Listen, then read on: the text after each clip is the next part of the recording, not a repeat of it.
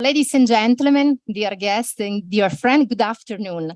I'm Giulia Condorelli. I'm the Science Attaché for Health, and I'm pleased to welcome you to the Embassy of Italy to celebrate the annual event of ISSNAF. So now I'm pleased to welcome to the podium Ambassador of Italy to the United States, Her Excellency Mariangela Zappia, for her remarks.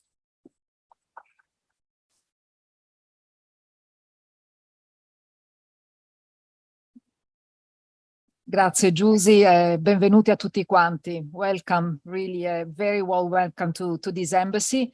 Dear President Cinzia Zuffada, dear members of the Italian Scientists and Scholars of North America Foundation, dear speakers, dear moderator, Beppe Severnini, ladies and gentlemen, dear friends, welcome back in person this time to the Italian Embassy for ISSNAF Annual Event.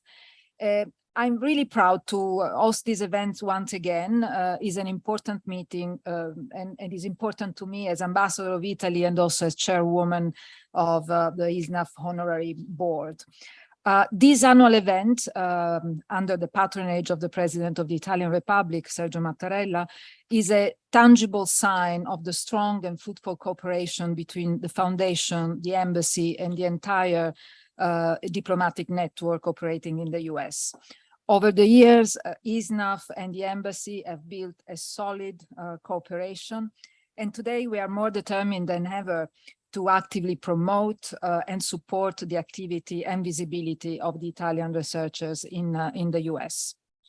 Congratulations to President Cinzia Zuffada, to Vice President Enrica Dettore, o Dettorre, non lo so, to all mi sbaglio sempre, to all ISSNAF members for their achievements, enthusiasm, and determination, which are crucial to the success of the foundation and contribute really significantly to promoting Italy in this important country. In its 15 years of activity, ISSNAF has become a model, a reference for Italian researchers and scientists living abroad. The Embassy of Italy strongly supports the activity of ISSNAF, which contribute to the scientific and technological cooperation between Italy and the US, both in the public and in the private sectors. The contribution of science is incomparable in just about every aspect of our daily lives. Science has the power to cross borders, connect people, communities, and societies. Using a common language, technology and innovation bring together knowledge to address multi-dimensional and global challenges. And this is why international cooperation is key to advancing science and pursuing knowledge exchange at both bilateral and multilateral levels. Scientific research is the engine of progress. Promoting research and innovation, attracting productive investments, human capital and skills are our priorities. To this end, too, the Italian Ministry of Foreign Affairs and International Cooperation has recently launched in San Francisco a new Center for Innovation called Innovit, Italian Innovation and Cultural Hub, which will bring together venture capital, startups and corporates with their Italian and US academic partners. Furthermore, next January, we will start the negotiation to update the bilateral framework agreement on cooperation on science and technology, which dates back to 1988. So really it needs to be renegotiated and updated. Together with our US friends, we will update, enrich and implement the policy document on bilateral cooperation in research and innovation, which is increasingly strategic in the geopolitical competition for both countries, also with a view to a promotion of growth and economic partnerships. One of the main purposes of this agreement is to facilitate Italian and US scientists' work in both countries. The role of ISSNAF will be crucial in this respect, given your contribution in promoting networking, as well as cultural, scientific, academic, and technological cooperation within the scientific community and with public and private organizations in North America and in Italy. Today's discussion is perfectly in line with Italy and the US bilateral cooperation on environmental and climate change within the Working Group on Earth Sciences established in 2013. Climate change poses serious security risks, particularly as it affects water and food security in fragile states. And ignoring this risk will take an increasing toll on human lives and livelihoods, economic prosperity, and peace and security around the world. Italy is working together with the European Union and other partners to scale up action and ambition and to enhance support to the full implementation of the Paris Agreement. As a testimony of our engagement in the fight against climate change, I think the first visit abroad in a multilateral settings of our new Italian Prime Minister, Giorgia Meloni, is today and tomorrow in Sharm el-Sheikh for COP27, the United Nations Climate Change Conference. And let me quote her. She said, "Italy works to combine environmental, economic, and social sustainability, accompanying business and citizens toward the green transition without surrendering to new strategic dependencies and respecting the principle of technological neutrality. This will be our approach. The world needs a shift toward a sustainable and just transition. This means that the sustainable growth we all want must also be fair and leave no one behind," unquote. A unique opportunity to focus on human development as we strive to improve our habitat, the city, balancing both development and environmental sustainability will be Expo 2030. And Rome, as you know, our capital city, has submitted its candidacy to host the Universal Exposition with the aim to develop a new model of urban living to make it inclusive, interconnected, and sustainable. Ladies and gentlemen, dear friends, I wish to underline today the increasing presence of women in science and in STEM in particular, as well as their leading role in the scientific community. Not enough, but a lot of progress. An outstanding example of the growing leadership of women in science is Professor Giulia Galli, awardee of the 2020 ISSNAF Lifetime Achievement Award, established in 2014 and conceived to acknowledge outstanding individuals who have significantly contributed to the scientific research through their professionalism, passion, and dedication. So congratulations to you. And we can applaud her.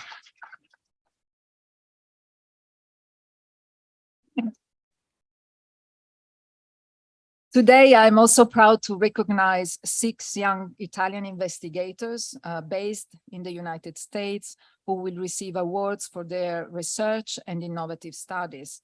The wide spectrum of fields of these brilliant scientists, from food equitability to sustainable energy, from particle physics to computer science, from hematology to the study of Italian culture, is impressive. And allow me a special mention for the annual award sponsored by us, by the Embassy of Italy, since last year, since 2020, devoted each year to a different research discipline. By supporting the talent of these young researchers, we invest in their future as well as in our own. And now, before leaving the floor to President Cinzia Zuffada, I'm pleased to introduce the video message that the newly appointed Italian Ministry of University and Research, Anna Maria Bernini, sent especially for our event today. And I believe, well, this is a testimony of the attention and the support of the Italian institutions to NIAF. So let's listen to her. Thank you.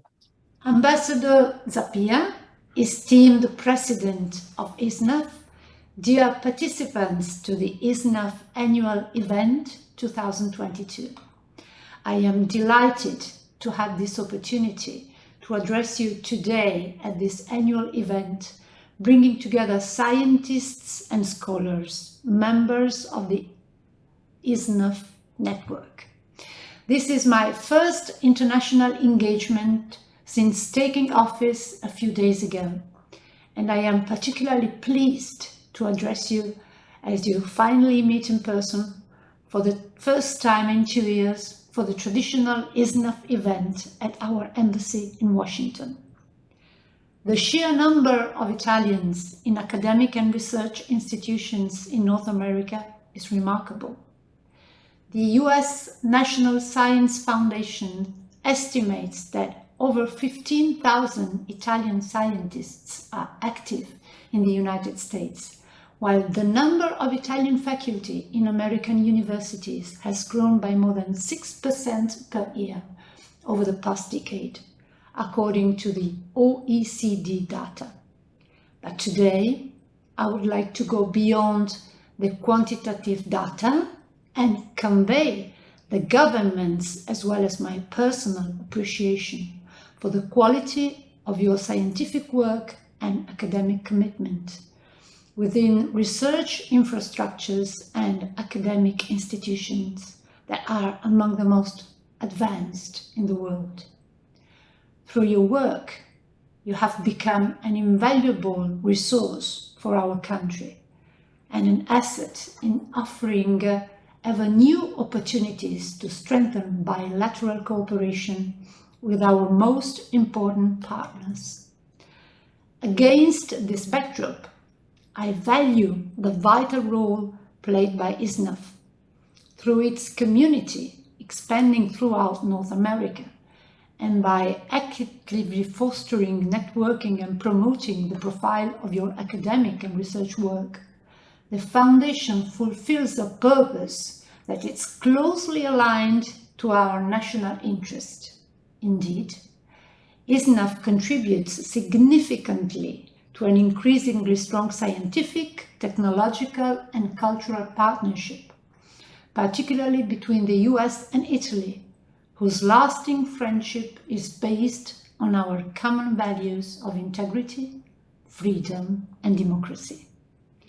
You also perform within this partnership a vital function in understanding and capitalizing on the most advanced strategies taking shape in the world, top research and academic clusters in North America. I sincerely regret that I was unable to connect live for a full interaction with you, but I want to assure you on my part and on the part of the government that we look forward to engaging with you and welcome your invaluable input on policy action. Indeed, from the perspective of the Ministry of Universities and Research, ISSNAF can play an important role, first and foremost, in the implementation of some priorities of the National Research Plan 2021-27, particularly the one, number 7, focused on promotion of international dimension of higher education and research. Your contribution of ideas is highly valued, especially in developing joint research infrastructures, researchers' mobility, and inter-university cooperation programs, as well as encouraging wider interaction between academia and networks of business incubators and innovators. Moreover, I wish to stress that the technology transition we are witnessing is not only having a deep cultural, social, economic, and political impact. It is also profoundly challenging the world of scientific research and higher education. Indeed, emerging technologies require a multidisciplinary approach involving several scientific and cultural areas. At the same time, a critical mass of researchers and the full involvement of the leading industrial players are required to tackle the new frontiers of scientific research and its technological application. This is exactly how we build our deep and long-standing scientific and academic cooperation, developed also thanks to your work in North America, which is a fundamental and valuable element in the friendly relationship between Italy, the United States, and Canada. Finally, let me spend a few words and offer my warmest congratulations to those who will receive an ISSNAF award today. In an ideal link between generations, I would like to mention the Lifetime Achievement Award and the 6 Young Investigators Awards. My wish for the young investigators is for this award to act as an incentive towards the new, exciting achievements in your chosen fields of research, perhaps following the exemplary footsteps of the very person who will receive the Lifetime Achievement Award today. It is a matter of pride for me that Professor Giulia Galli, the academic who will be honored today for her lifetime research, a pioneer in electronic structure and simulations, now working at the University of Chicago, completed her studies in one of our postgraduate education institute, the International School for Advanced Studies in Trieste. Her research path focused on crucial areas such as quantum technologies and molecular engineering not only illustrates our country, but also offers a role model for our younger generations, particularly those who would like to follow the STEM paths that we seek to encourage. Also in view of increasing the number of women scientists turning to these research fields. While I am looking forward to scheduling a meeting with ISSNAF representatives, once again, let me renew my own and the government's best wishes for a fruitful ISSNAF annual event. Let me start by expressing my gratitude to Ambassador Zappia for her words and Minister Bernini for her recorded remarks, conveying the appreciation that the embassy and the government in our own country have for our community in North America. We are honored to be gathered here in person after a 2-year gap to celebrate our annual event that this year also marks the 15th anniversary since the founding of ISSNAF. Our foundation aspirations stand now as they did then. Our mission is to connect, empower, and celebrate the Italian R&D diaspora and to facilitate cooperation between Italy and North America. ISSNAF has more than 3,300 members, professionals working in North America across all disciplines of scholarship and innovation, an organization of volunteers that can speak to other organizations and institutions and thus be more effective and impactful at leveraging our resources for the good of people on both sides of the Atlantic. This is what we call connecting and empowering the Italian diaspora. One important goal of ISSNAF is for our collective expertise to be leveraged by Italian universities, companies, foundations, and other entities engage in internationalization, since our members provide access to innovative thinking that can support the development of Italian ecosystems of universities, incubators with entrepreneurs. We are eager to contribute to the implementation of the relevant system priorities articulated in the latest Italian National Research Plan and recently expressed in the PNRR framework. We think that our community unique perspective could help enrich, accelerate, and expand the preparation of the next generation of researchers and managers of R&D in Italy. This year, we started implementation of our agreements with the University of Pisa and Politecnico of Torino to host a number of their master and PhD students at an initial set of prestigious American universities for extended experiences in research projects. I wish to thank our Scientific Council and Internationalization Committee for their hard work and our members who have graciously agreed to host the students at their institutions. We are ready to take a more integrated and systematic role, but we need an institutional mechanism to allow ISSNAF to do so, supported officially by the Italian government. And we are asking for your help. I am particularly happy to report that our network of ISSNAF chapters has been growing, now including 9 chapters, stretching from California to Florida, through Texas, and from Washington State to New York through Washington, D.C. They are the expression of the richness of our community at the local level and represent the training ground for the leadership of ISSNAF. We look forward to the success of the chapters as we all return to organizing in-person events and plan to involve them in the student ghosting, identify research opportunities for the host, engage them in the process of our Young Investigator Awards, and be active ambassadors of ISSNAF with organizations in their territory. Thanks to the many volunteers who make the success of the chapter possible. In conclusion, it is just great to be back all together on this most special occasion that celebrates 15 years of ISSNAF, and to see many long-time and new members in attendance, including some of the founders. Many, many thanks to the Embassy for their hospitality and their generosity, and especially to the scientific attachés for their active support in the preparation of this event. Thank you.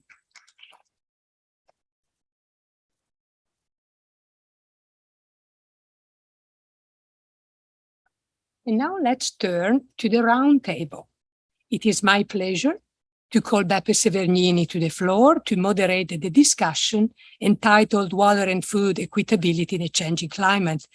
Beppe Severnini is a distinguished journalist and author, and he has been with the Corriere della Sera, Italy's biggest newspaper, since 1995, and is currently an op-ed columnist and an editor. He has also been a correspondent from Italy for The Economist and also an opinion writer for the New York Times. Since 1998, he has been hosting a daily column for the online edition of Corriere called Italians, originally targeting Italian expatriates. It has steadily grown in popularity, becoming one of the most read regular features of the newspaper's website. Beppe has been described as an official godfather of ISSNAF for his effectiveness at disseminating through his signature page, Italians, the then nascent efforts inside the Italian embassy to aggregate the community of Italians working in R&D in America into a network, which then became ISSNAF. His comment at the time in Italians was, "Welcome, ISSNAF. Let's hope that it works."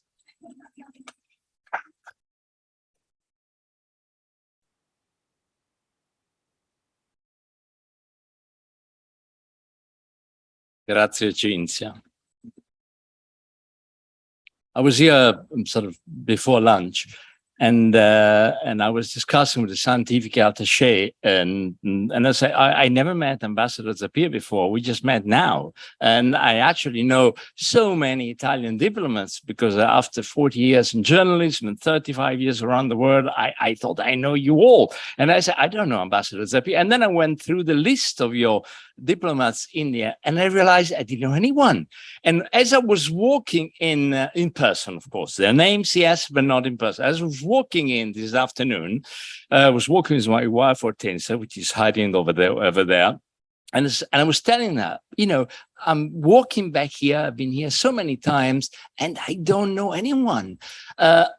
And she looked at me, and with sort of poetic ruthlessness that only long-time partners have, wives mostly, we're not as good. She said, "You walked over the shadow line," which is a perfect expression. When I walked into the Italian embassy in Washington the first time, I was 30, and President Reagan was welcoming President Gorbachev here in Washington. That was so long ago, my God. But I'm glad. I'm glad to be back here. I'm delighted. Let me explain. I'll take you just 2 minutes why I'm so proud to be here. I crossed the Atlantic. I'll tell you why, how, because it's really fascinating. I crossed the Atlantic to be here because somehow it is true that I had a little part in ISSNAF birth. It happened, I was in Seattle, launch for my book, my second book, yes, called La Bella Figura, a field guide to the Italian mind. I was at Ilio Bay Book Company, and an informatic, he worked in biology, his name is Riccardo Rossi. He came to me and he said, look, I really like to map all the scientists around North America and Canada, and I know how to do it. And I listened, and I took a business card, and after a couple of days, I was here in Washington to launch La Bella Figura. And I have to say that Ambassador Castellaneta, at least I'm just reporting what he told me, that for the first time, he used that huge atrio, the hall, to do a public event. That was for my book, La Bella Figura. I am very proud of that. And I met with Giorgio Einaudi, whom I call Giorgio Turbo Einaudi, who was a scientific attaché at the time. And I said, look, there is this person in Seattle who can map. I know you've been working on sort of putting together Italian scientists and scholars in North America. And I was in Los Angeles a couple of times. I remember Consul Diego Brasioli, also very active. And I say, why don't you talk to each other, from Seattle to Washington? And that was it. Nothing more than that. But I'm a journalist. And for a journalist to be able to tell such an audience that we did something constructive, would you believe? It's unusual. Let's put it this way. Okay. So basically, that's all. No, just a final thing. I was so pleased to come back here, just to show how things have changed, not only for science, because from now on, you won't listen to me. We are here to learn from my fantastic panelists. We spent time last night together, this morning. So I assure you, I'll be asking a few questions and you listen to them. So my only speech today, but I want to tell you something, just explain how journalists have changed, not only science. In 1987, I was mentioning this summit, Reagan Gorbachev. Did you know how I came here? By Concord. The Italian newspaper, I had a business class ticket, and I convinced British Airways that it would make sense to allow a very young Italian correspondent to try Concord. So I flew Concord. Do you know how I came this time? By bus. By bus. I have in my phone, and everyone is allowed later on to look. I have a screenshot. Very kindly, I have to say, because it's better not to be shy about this thing. I have received no fee for this. I'm delighted to be here and help. They just provided and helped me with my trip to take me here by bus. So the reimbursement, you didn't know that, I didn't tell you. It says reimbursement for trip by bus to Washington, D.C., by bus. Can you imagine? That's why it's so fantastic to work with scientists. I mean, I crossed the Atlantic by bus only because the Italian scientists could work that out. I don't know how you did it, but I'm here. So very pleased. Thank you.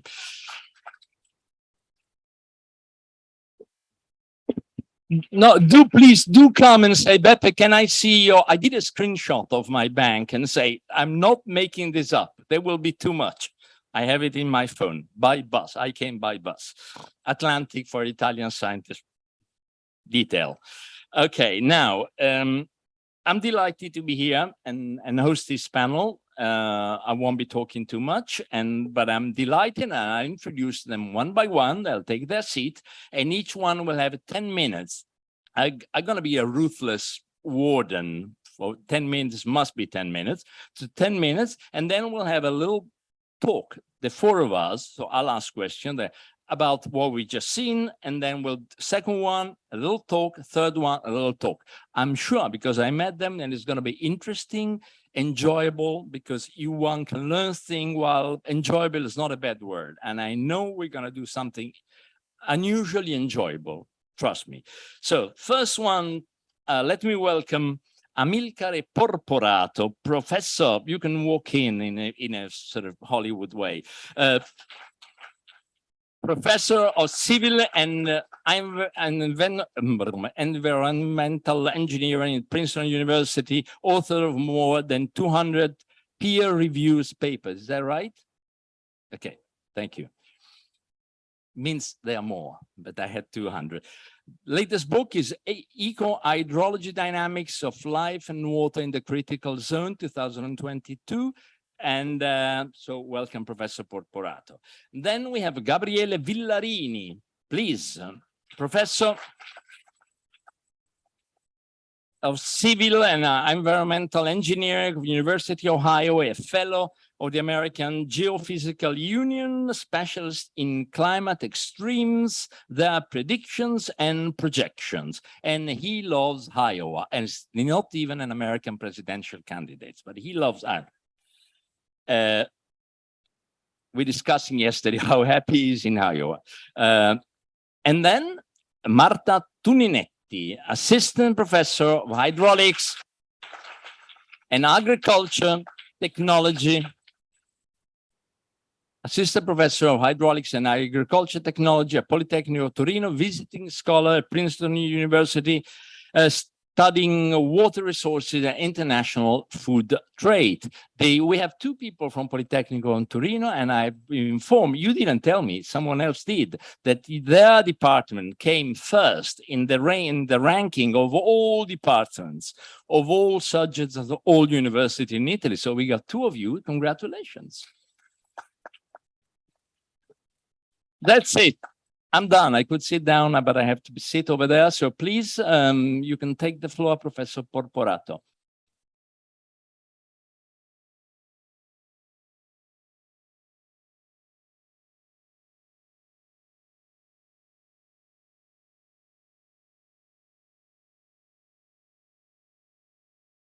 Thank you, Beppe. Thank you, everyone. And good afternoon. It's a pleasure to be here. I'm going to talk to you, with you, about the food-water nexus. The connections between food and water is clear to everyone, but something is going to change probably with climate change, and that's the subject of today's discussion. Okay,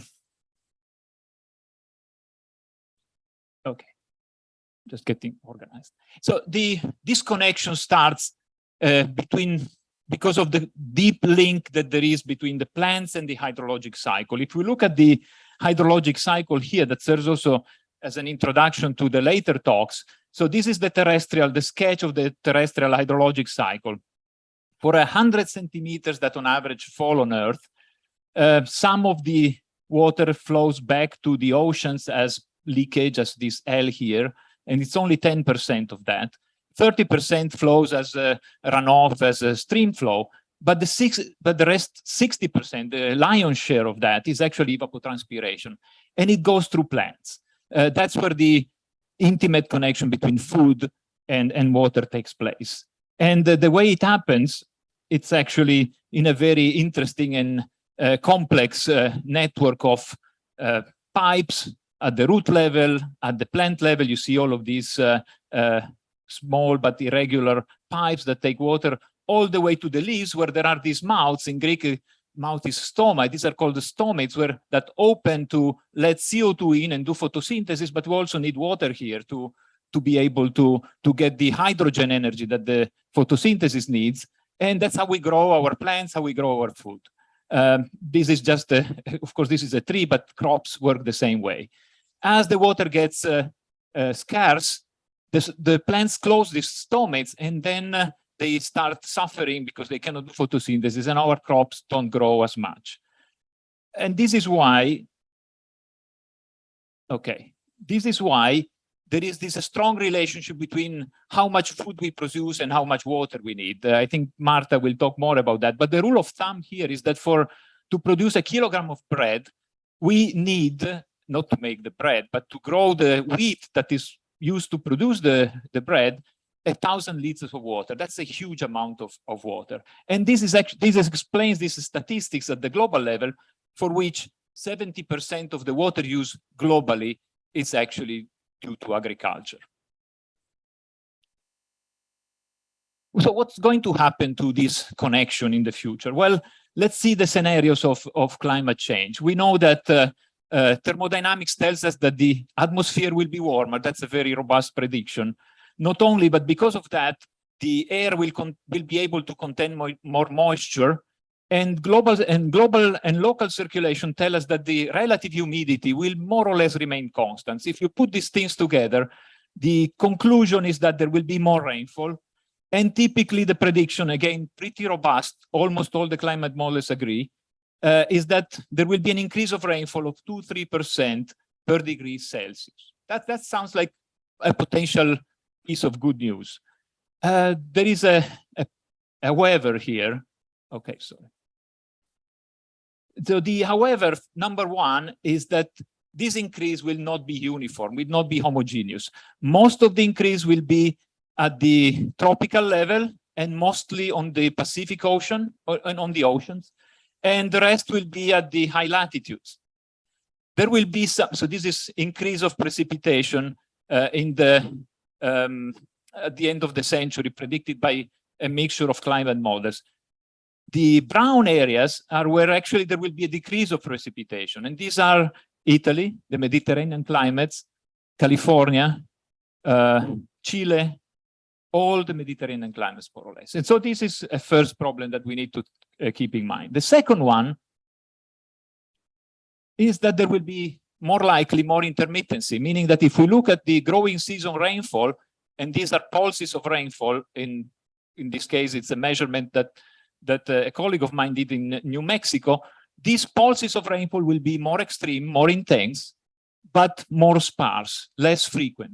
And so what we predict, and I believe Gabriele will talk more about that, if these become more intense, there is more likelihood of flood, and there will be more longer period between events, and so more droughts. So these are issues that we need to keep.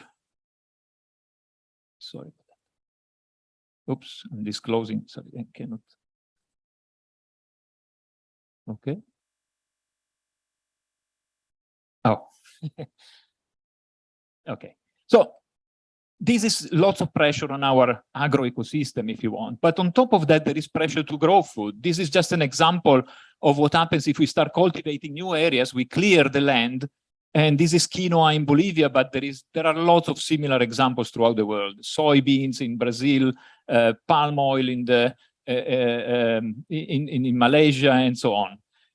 Intensification of agriculture leads to land degradation.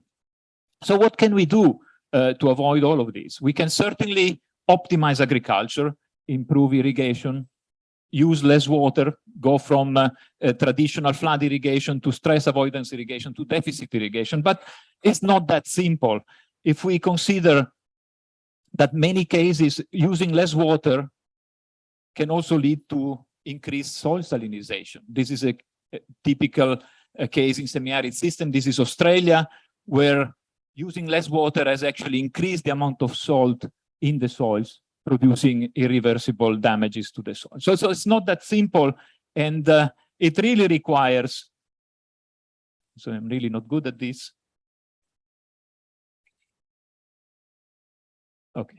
It really requires a multi-objective optimization. We need to think of our fields, trying to use the right resources, the right amount of water, the right fertilizers, but also putting the right plants in the right place, keeping in mind that there is also biodiversity, that there is also the impact of agriculture on climate.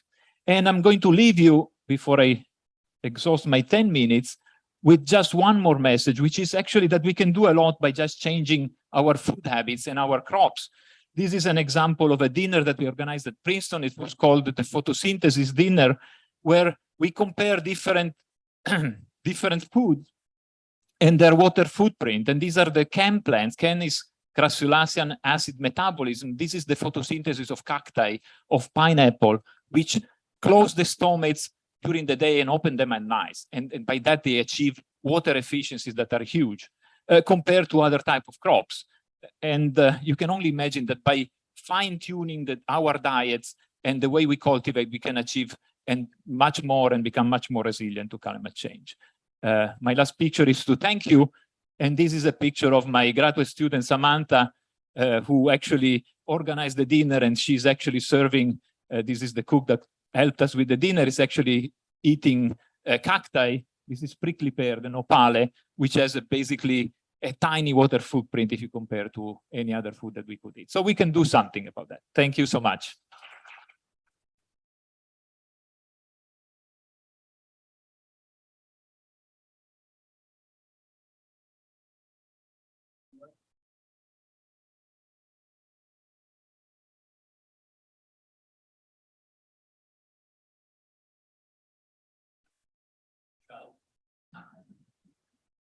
We need to turn them.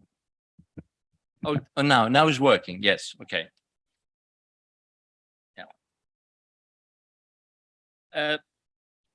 Actually, I think because we're a little behind schedule, you've been really good with your 10 minutes, but I'll ask the same question to all three, because I think it's in everybody's mind. While we're sitting here, world leaders are gathering at Sharm el-Sheikh in Egypt for the COP27. Actually, our prime minister is there.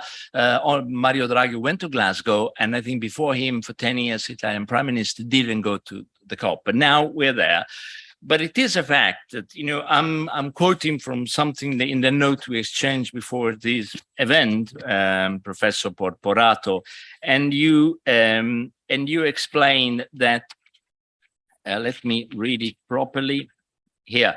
The changes in the water cycle have potentially more dramatic impacts than those of increased temperature. This makes the necessity of curbing CO2 emissions all more urgent. Now, we know that out of 193 countries that agreed to step up the climate action, only 23 followed through. With war, inflations, drought, and everything that is happening in the world, and how do you see from a scientific, from a scientist point of view, all of you three, the expectation we all have on COP? It's something that people talk about, but most of the time is not, they don't know what they're talking about because it's too complicated. But that's right in your alley. So please, one, and then we'll ask Marta, and then we ask Gabriele. Yeah, thank you for the question. We were all frustrated with the slow progress, I think, in science. Although from the news I've heard about this COP27 is that for the first time they're talking about inequities and how climate change will impact differently different countries.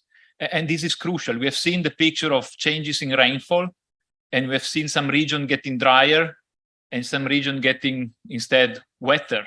From a hydrologic point of view, we're losing the middle class. The richer get richer, the poorer get poorer. And so even just starting talking about that some countries will be impacted more, it's important. We just need to take that into account. And if we want to be fair, that's what we need to start thinking. So for me, it's already something, starting from a very low expectation of being behind, because we're definitely behind we're talking about not just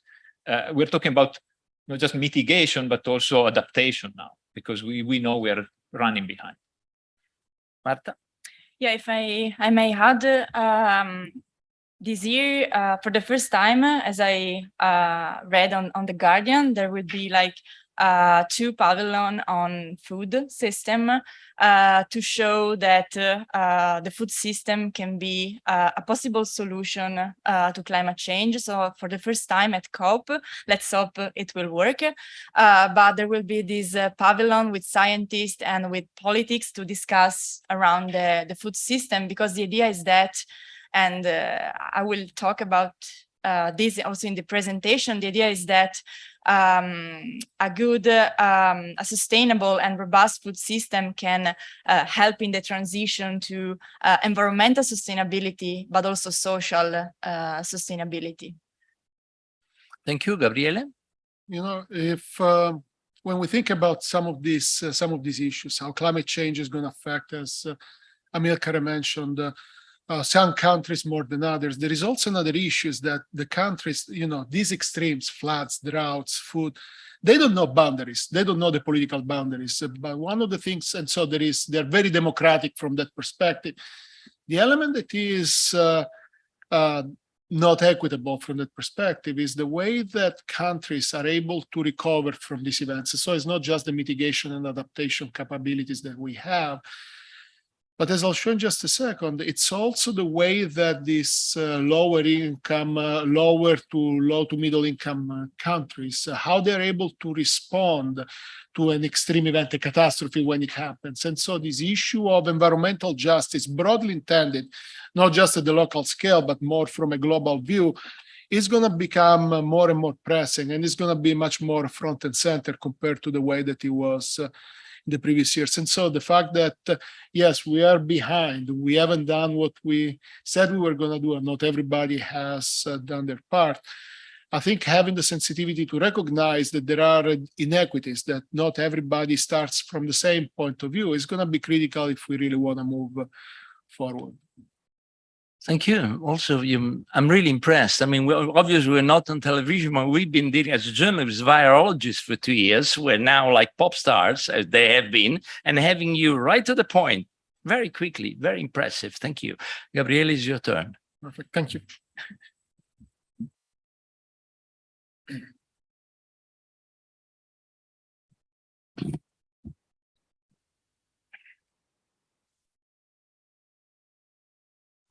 Good afternoon, everybody. Thank you very much for having me here today. And I'll tell you a little bit about floods, droughts, and climate change. This is effectively a topic that is very personal to me. You see those two images on the side. The one in the top in the top is an image from a flood that affected eastern Iowa in 2008. At that time, I was a student finishing up my PhD. And you see, this is an aerial photo of the University of Iowa campus. You can see the river swell in large areas that are completely underwater. Millions of dollars in damage just to the University of Iowa campus. Billions of dollars to Eastern Iowa more general. And so I was a student at the time finishing up my studies. Fast forward 3 years. This is an image in 2011 in Princeton where I was doing my postdoctoral work. Hurricane Irene made landfall, dumping many inches of water, leading to floods. And this is just an image from an access way to the city of Princeton. You can see how it's completely underwater, access cut off. And this kind of events that I experienced firsthand, they really made me interested in understanding extremes, broadly intended, and the role of climate change. Because one of the key questions that I kept on asking myself is, we experienced extremes. What does it mean moving forward? Is it just gonna be, is this just a preview of a new normal, or were it just like freak events in a sense? And the reason why I'm sharing with you this story is because sometimes when we talk about climate change, we talk about it in an abstract way. We talk about it as global mean temperature, but the reality is that it really affects everybody. It affects us personally, and hopefully not, and none of you have been affected or impacted by this event. Well, we can't hide.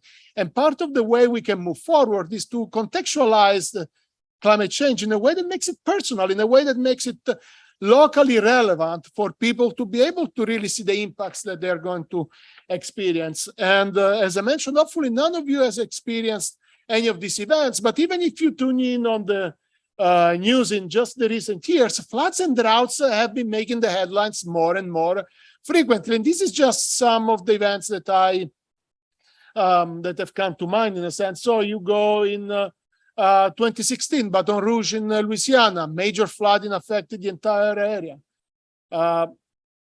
Europe last year, especially Germany and Belgium, major flooding there. Hurricane Ida making landfall in Louisiana, as it moved through the country. What happened is that it dumped many inches of rain over Pennsylvania and New Jersey in particular in a really short amount of time, leading to extreme flooding. And we shouldn't forget about the flood in Pakistan that they just experienced this summer, leading to impact to hundreds of thousands of people. Now you can think of floods as one side of an extreme coin where we have too much water. The other side of that coin is when we don't have enough water, and that's when we think about droughts. And so if you look at the news, the BBC had this nice news item talking about, in particular, dry conditions in the northern hemisphere. And you look at Europe, for instance, on the left is a comparing and contrasting conditions for the Rhine River. You can see just in 1 year how much more the river narrowed. You can see the banks exposed. You look at some of the news on, say, social media, and you read about the hunger stones, which have become available, become visible because of the low Elbe River, the low levels of the river, and point to a major famine that affected the area in 1616. And it says, if you see me cry, pointing to the significant impacts that water levels that low meant for food production and the people living in that area. If we move to the US, western part of the country has been subject to multi-year droughts. We hear about Lake Powell, how it shrunk over the past few years. Lake Mead, the Hoover Dam, has been in the news quite often. And this year we have been hearing quite often about the Mississippi River and how low it is. And here you can just compare 2018 and 2022. You can see how in this year much of the river banks are exposed, sandbars and sand dunes presenting themselves. And it's not just interesting from a hydrologic perspective, but it's also crucial from an economic standpoint. The Mississippi represents a key artery for the commerce, both in terms of import and export. It connects to the Gulf, bringing goods from imported goods to the mainland and vice versa. Agricultural commodities that are moved from the middle of the country down to the coast and then exported worldwide. And so this becomes not just an hydrologic impact, but also the implications in economics and the supply chain. As I mentioned, these events, even though they don't know geographic boundaries, there are implications when they happen. And so if you look at the impacts in terms of mortality rate as well as economic impacts, low income and low to medium income countries, they are impacted much more than countries that are on the higher end of the spectrum. There is almost a connection between these rates and the GDP of these countries. Now, when we think about them, oftentimes, and more so in the recent years than in the past, we see how there has been more and more an effort in understanding the role that climate change plays towards explaining these events. Previous years, it was very rare that we were attributing specific events to climate change. More and more recently, because of the scientific advancements, we are able to find the fingerprint of climate change in many of these extreme events. And these are just examples ranging from hurricanes to floods to droughts.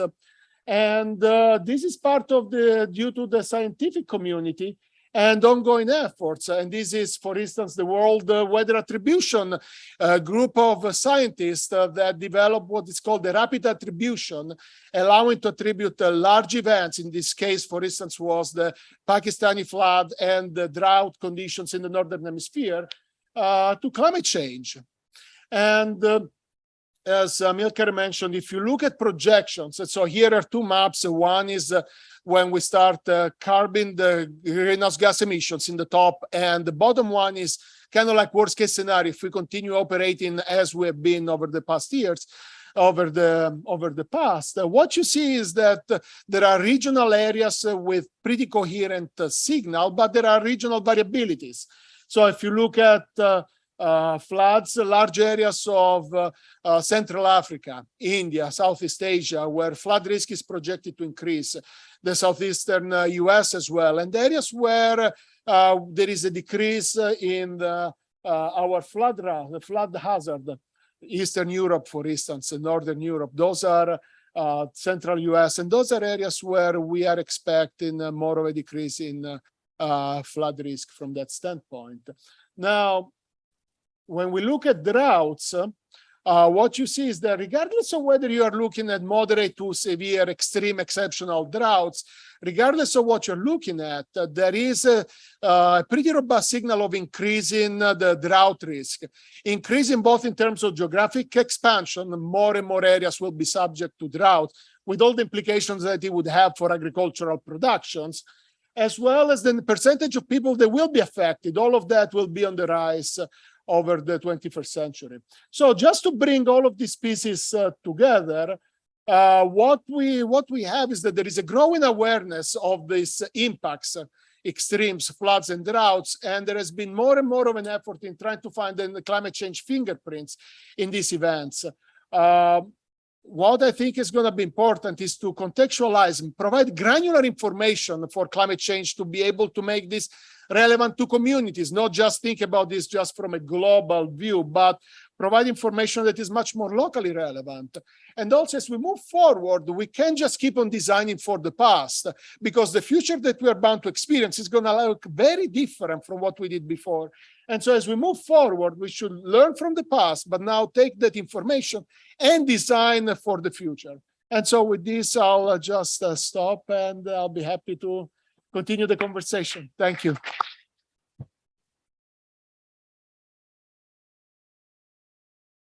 You're my dream panel in 10 minutes, 10 minutes. Never happens, never, ever. Okay, I like very congratulations, everything was clear, both of you, but I pick one sentence. You say climate change has to be made personal. Let me say something from, as I was saying yesterday, my family has been on the fields as an agriculture farm for at least 500 years, probably more. My son, my nephews, and going back.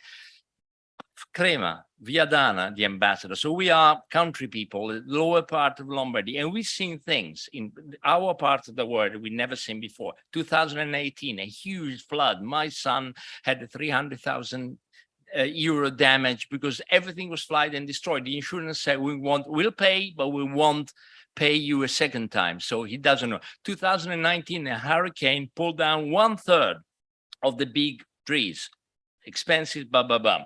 2020 and 21, the pandemic, and 22, a drought. I mean, it's really impressive what I've seen. I describe in Corriere della Sera, but I mean, I live there and I could see what actually means for farmers with aflatoxine and all the problem for crops and all that. So my question to the three of you, you say make it personal. I made it personal, very personal, but how do you deal as scientists when people deny this phenomenon? Say, okay, it's a little warmer, it's a little bit, it rains a little bit more, a little less. Stop doing that. There are people around. Some of them are very popular. They run parties with these ideas. Some just you meet them at dinner parties. But how do you deal? Yeah, so you don't look like a violent person, so I'm sure you have some other way to. Yeah, no, so this is something that is all of you, Okay.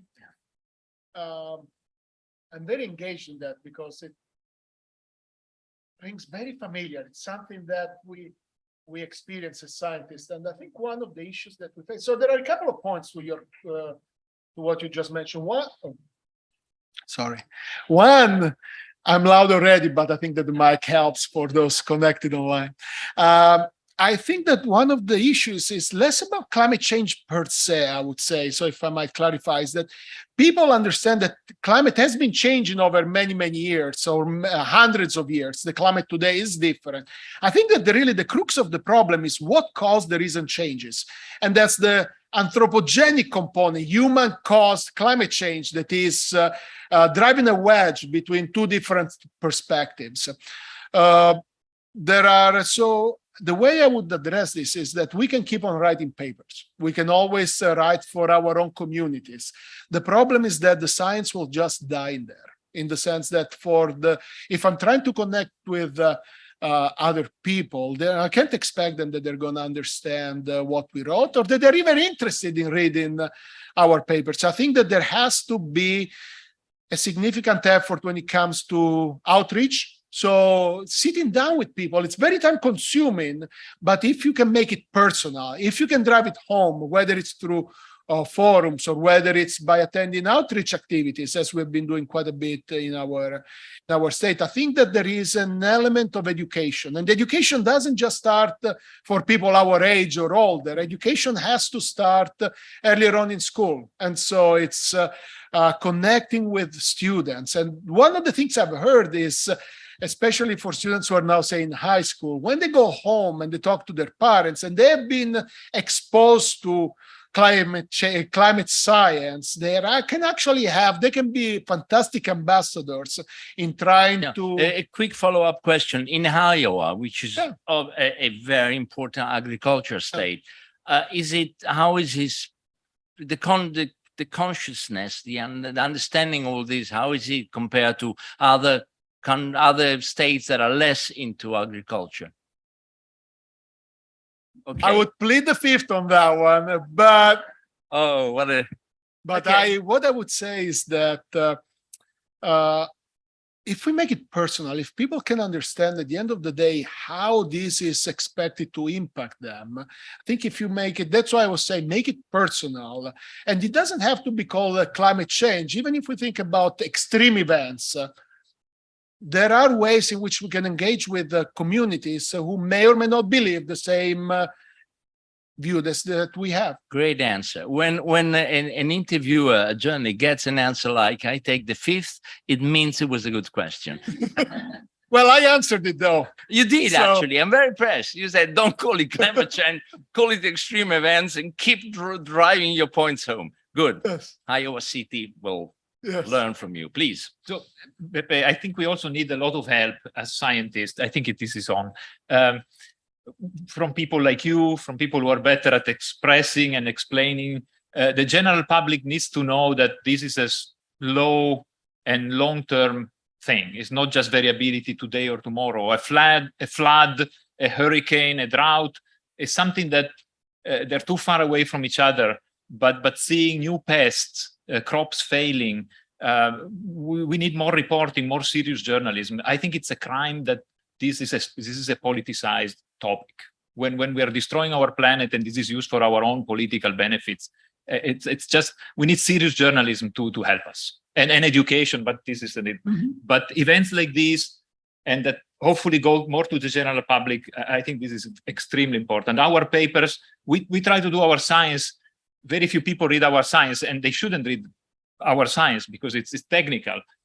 We need to do this step where someone helps us and brings it to the general public, to people who watch TV in an everyday discussion. That's my answer. I think that's why I think Fridays for Future were important, because you have teenagers teaching their parents and grandparents, in my view. Anyway, you? Yeah, thanks. Thanks for the question. Is something that is particularly that I care particularly about. So to way to bridge science, so the scientific paper research with the society, how to make the bridge.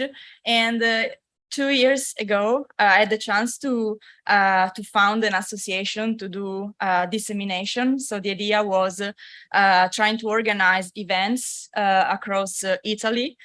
We had the chance to apply for some grant from the Italian government, and we could go in schools to teach about engineering and to teach about also astrophysics and mathematics, because we are 3 researchers that are trying to bridge society with these events. And for me, the most important things to translate research into action is to tell stories. So it's about the narratives supported by data. And this again connects to what Gabriele was telling about make it personal. So through stories, through a good storytelling that is data-based, we can, maybe be more effective in communicating our research outside for the general public.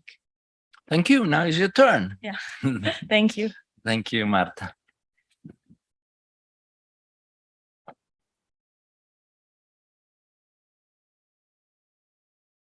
Okay. So good afternoon. I'm very glad to be here. I'm going to present some of the biggest challenges to achieve a sustainable and robust food system. So nowadays, around 2 billion people lack access to a safe and nutritious food. At the same time, food and agriculture are among the major drivers of biodiversity loss, and they contribute to 1/3 of the global greenhouse gas emissions And when we look at water, as Amilcare was saying, around 70% of freshwater withdrawals happens due to agricultural production. So overall, we are exerting an increasing pressure on water resources, and this increasing pressure is due to two main facts. So on the one hand, the global population is increasing and is expected to do so for the upcoming decades, at least up to 2050. But at the same time, we are changing our diets toward more water-intensive food. And here is an example.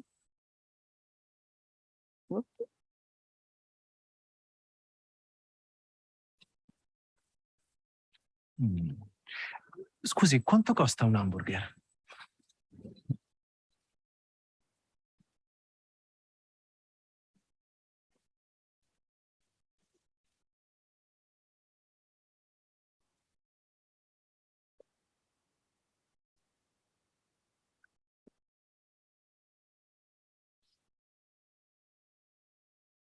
So this video throws into your face the amount of water that was required to produce an hamburger, the water footprint.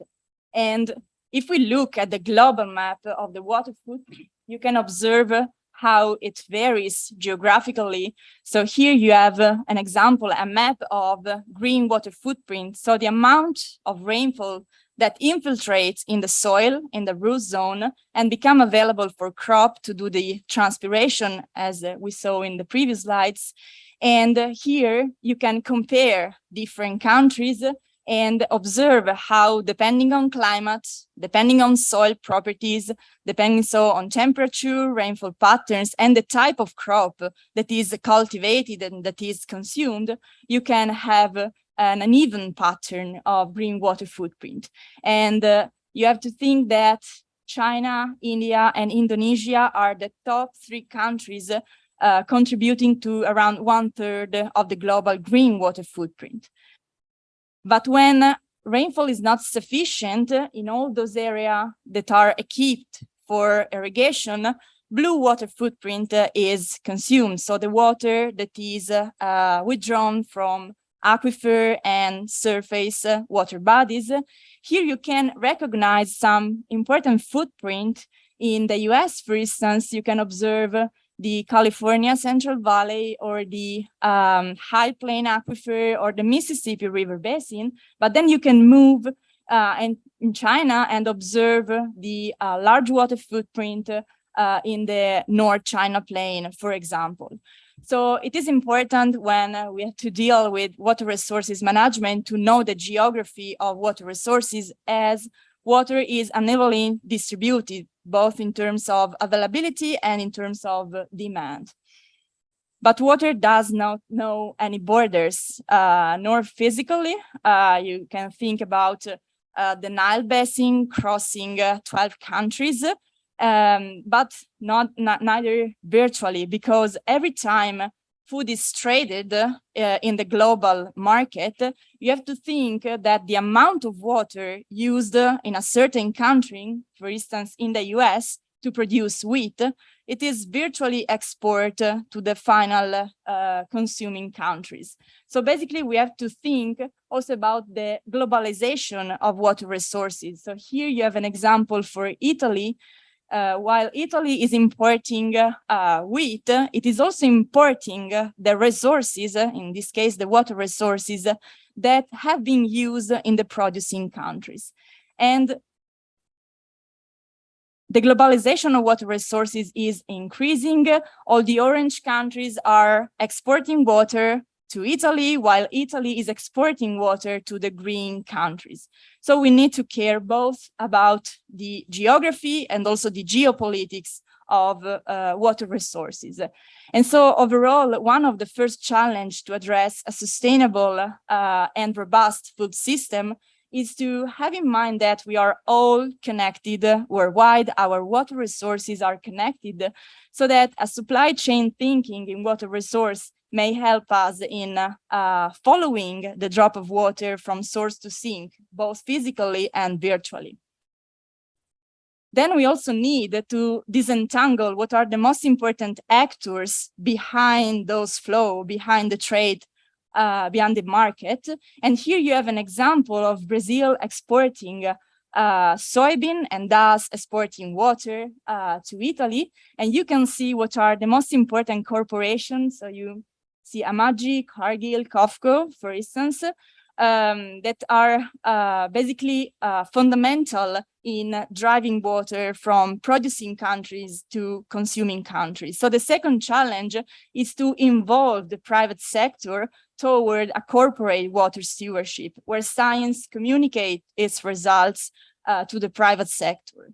And then the third challenge is about us, is about general public and our diets, the food we consume every day. So we try to play as scenarios while we imagine all the countries adopting the Eat Lancet diet, a diet that was proposed by the Eat Lancet Commission 2 years ago. And if all countries would adopt this diet, basically on a global level, we would decrease water footprint by 12%. So all the blue countries can see a decrease in their pressure on water resources, while all the red countries can see an increase of water use, but also an increase in their food security. And what is nice is that the map, the global balance is positive for water resources. So having in mind these three challenges that involve heterogeneous actors from countries, decision makers to the general public, to us as citizens, we have also to keep in mind a role of climate change and the increasing pressure that extreme weather events are exerting on agriculture. So we need to combine the challenges of the food system with basically the role that climate variability is expected to exert on agriculture. So the idea is also to map, again, to know the geography of what would be the impact of climate extremes on agriculture. And so the fourth challenge should be also to find a way to buffer crop production loss, to buffer the vulnerability to climate change. Here you can observe all the blue area are still area where we can expand irrigation in order to cope with climate extreme. So to reduce losses, here you have some example for the biggest producers, but at the same time also increasing the productivity. So overall, the four biggest challenges that I wanted to mention today are to better quantify the geography and the geopolitics of water resources, to have a clear understanding of the keystone actor behind water resources, and also to know their agency, their power to change and to make the transition happening. Then to know what are possible healthy diets, depending on where we live and what is our trade network. And finally, to find out solutions to deal with sustainable water resources that should be crop specific and context specific. Thank you.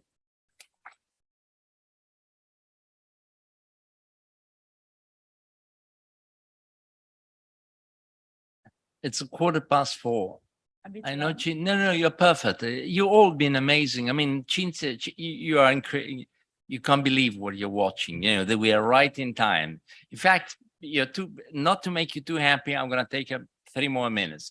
One question for you: do you see agriculture to understand that you need? I wrote it down, like crop-specific solutions to change. You pick the country because Marta, she's from Carmagnola, so south of Turin. Another area as Viadano or Crema, where agriculture is crucial. So you can pick your part of the world, so eastern, northern, eastern, western Italy, or America if you want. On the whole, you think agriculture is getting that? This is a tricky question. I think you don't take the fifth. You answer. I'll try. No, I think agriculture still need, of course, to work enormously toward these problems. But at least I'm thinking now about for instance, the European Union grants that are financing grants that are aimed to basically fund projects about the transition in agriculture and in the food system. And within this project, they are also including the idea of realizing living lab with people. So with the idea of combining scientific research with live research. So basically the idea of these European grants is to basically develop living lab in very specific context in order to preserve the biodiversity, the specificity of crop type. So basically against the industrialization of the agricultural sector. So I believe there are plenty of opportunities to do research in this field. Yeah. Okay, a final question. Thank you for this. For all three, quick answer. I mean, science carries no passport, but you do. I guess Martin and I, we carry one passport. I guess you carry two passports. Am I right?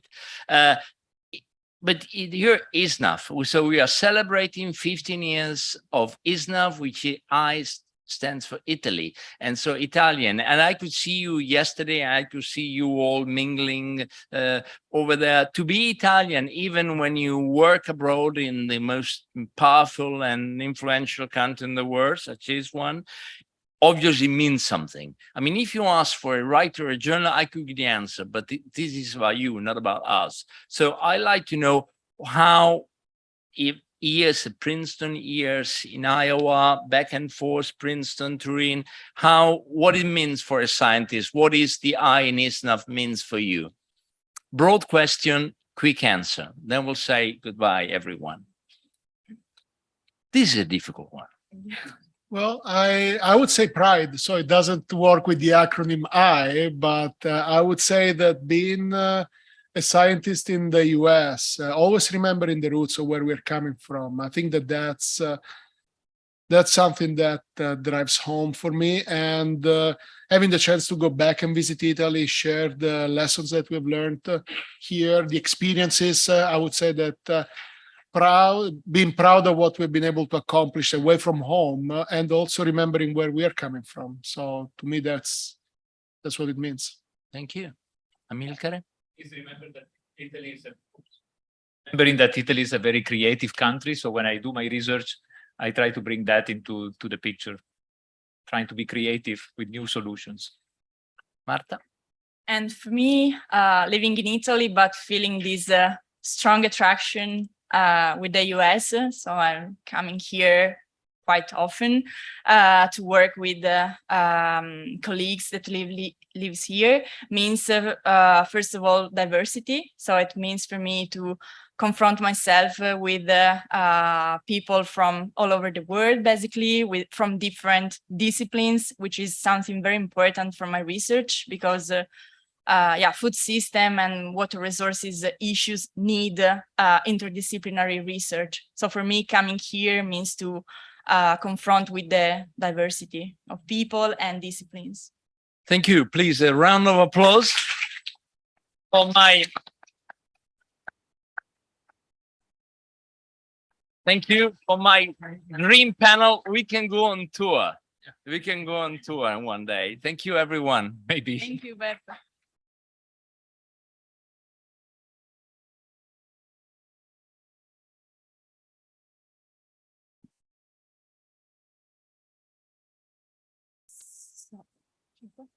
So enjoy your 5 minutes break. It was 15, but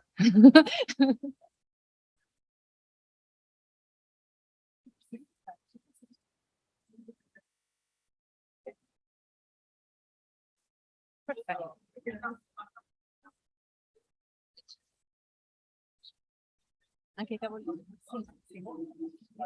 Questo doveva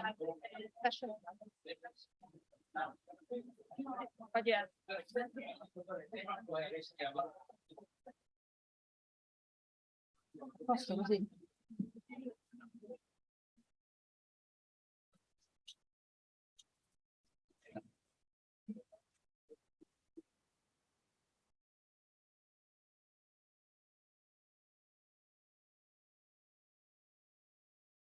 Celebrating the outstanding achievements of Italian researchers in North America is at the core of the mission of ISSNAF.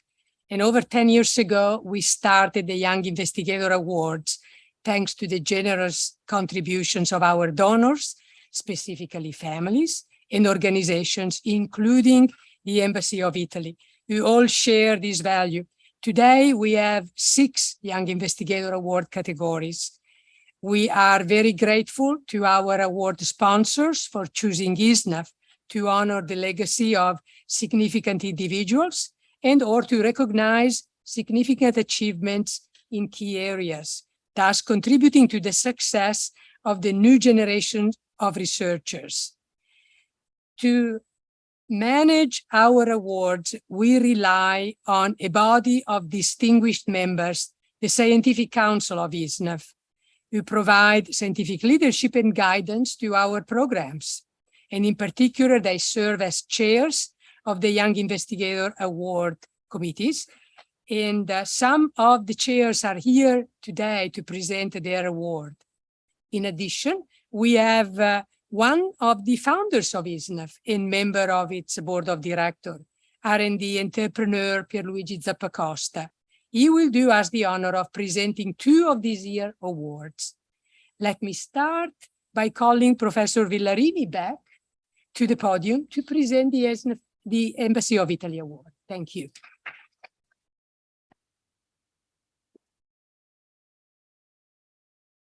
Good afternoon again. We are here to present the Embassy of Italy Award. It is in its 3rd edition, and this year it recognizes fundamental contributions to agriculture, food quality and security with the broader goals of reducing poverty, fighting climate change, and improving human health. It is sponsored by the Embassy of Italy in North America, and we had 3 finalists. Dr. Salvatore Calabrese from Texas A&M University, Dr. Christian Cassella from Northeastern University, and Dr. Lorenzo Rosa from the Carnegie Institution for Science at Stanford. They all did a fantastic job, and there is no doubt that they will have a stellar career ahead of them. The selection committee evaluated their applications and presentation and discussed them in light of the theme of this award. We unanimously selected Dr. Salvatore Calabrese from Texas A&M as the winner of this year's Embassy Award because of his interdisciplinary work focused on advancing our understanding of the soil as an integrated system that evolves in response to climate change. Please help me congratulate Dr. Calabrese for this award.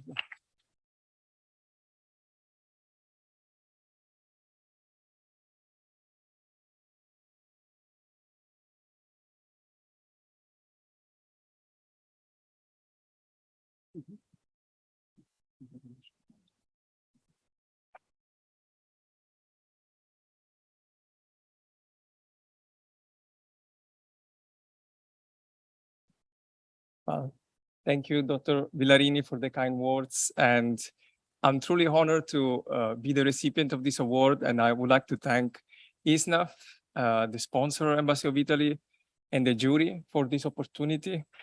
I'm particularly pleased that the Embassy of Italy Award this year recognizes the importance of research and development in food security. And as we have heard from the panel, climate change is challenging our ability to have food for the growing population. And this award for me is a big incentive, and I'm hopeful that research from my group and from the community can provide effective adaptation and mitigation solutions for the future generations. Thank you so much. Oh, I was about to forget. Of course, I would like to thank my mentors, my PhD advisor, and my mentor at Texas A&M. And of course, I wouldn't be here without the support of my family and partner who have been with me through the ups and downs of the job. Thank you again. I would also like to invite here to the podium the other 2 finalists so that they can receive their certificate. Christian, Lorenzo, please come here.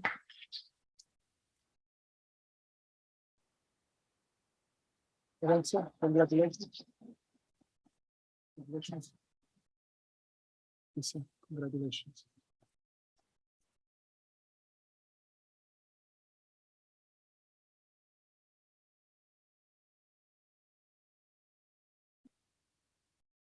the beauty of live streaming. I would like to invite here now Dr. Pierluigi Zappacosta for the Stratzabosco Award.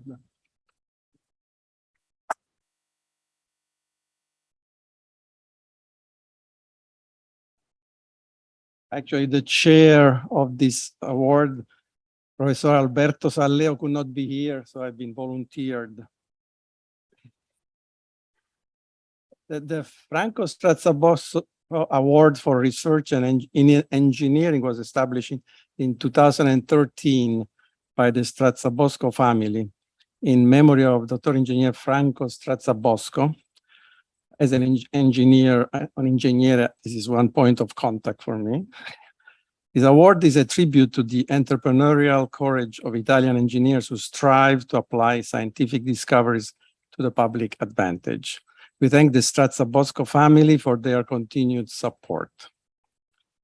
And I don't need to say that all the participants were of high quality, but I read what the panel wrote, and they said that this year finalists are Dr. Luigi Osmieri with Los Alamos National Laboratory, Professor Francesca Parise with Cornell University, and Professor Bartolomeo Stellato at Cornell University.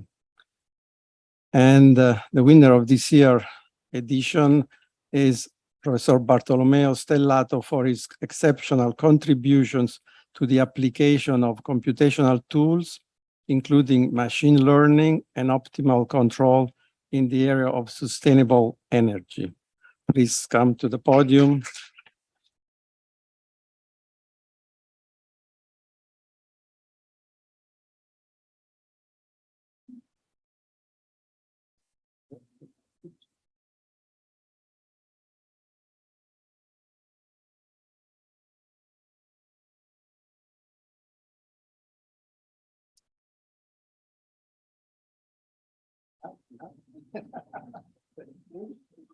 And now, can I invite also the other finalists to the podium to receive their certificates?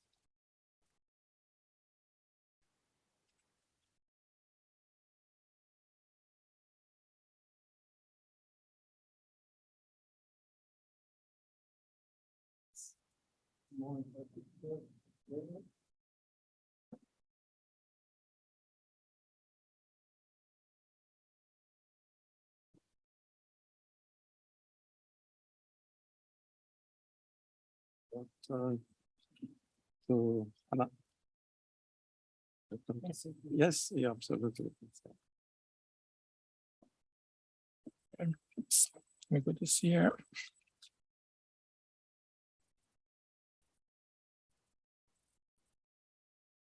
Well, good afternoon, everyone. I would like to, I'm very honored to be here. And I'm from actually Princeton University. No, just there's a big rivalry between, I guess, Cornell and Princeton. So sometimes people make the Anyway, I am truly honored to be here and receive this award today and join the great list of outstanding Italian scholars who won the Franco Stratzabosco Award before me. It's a particular honor to be here in person at the 15th anniversary of ISSNAF. I would like to thank the selection committee, the chair, Professor Salleo, jury, Professor D'Amico, and Dr. Pecora for choosing me for this award. And I would like to thank the Embassy of Italy and the ISSNAF leadership for creating such a thriving community of Italian scholars in North America, not only in the United States. In particular, I would like to thank the Stratzabosco family for supporting Italian engineers who make our society better and more sustainable. I would also like to thank all my colleagues and mentors who taught me how to be an academic. My doctoral advisor, Professor Paul Goulart, my postdoc advisor, Professor Bert Simas, and all the other informal mentors that made me a better researcher and a mentor myself, including Professor Pavona and Professor Boyd from Stanford. Finally, I would like to thank my family, without whom I would not be here today, my parents, Nicole and Daniela, for always being there for me, despite the distance, and my wife, Martina, for her constant love and patience. Thank you.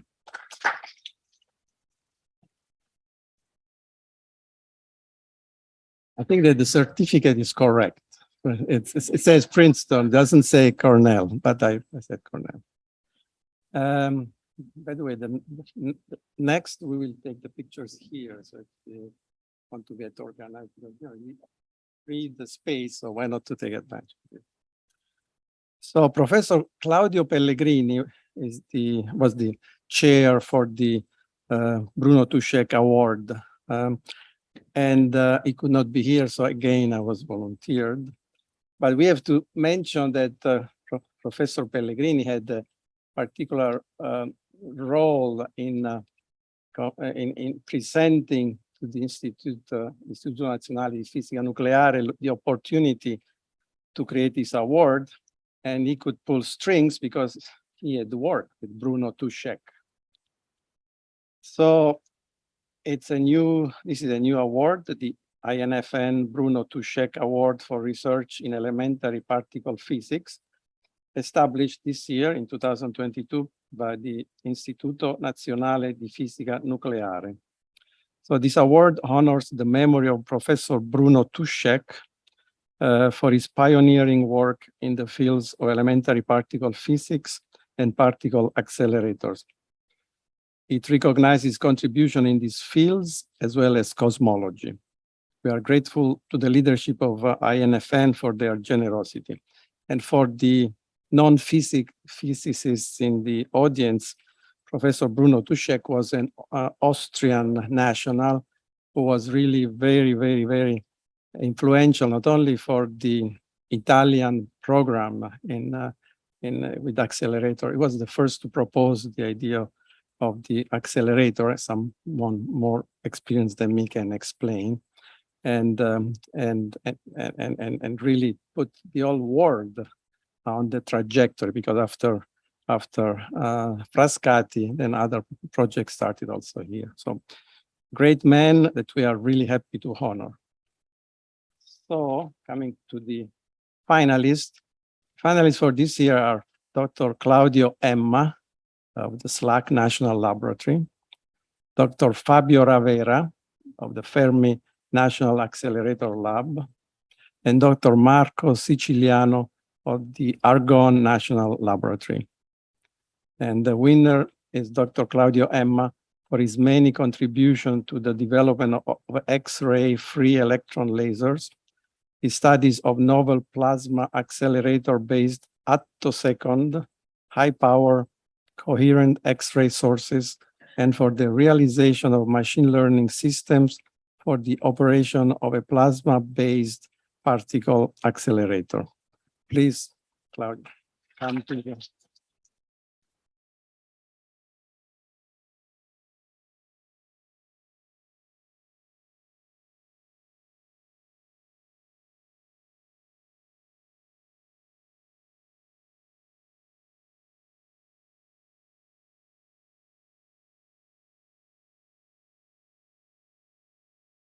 And now can the other finalists come and receive their certificates?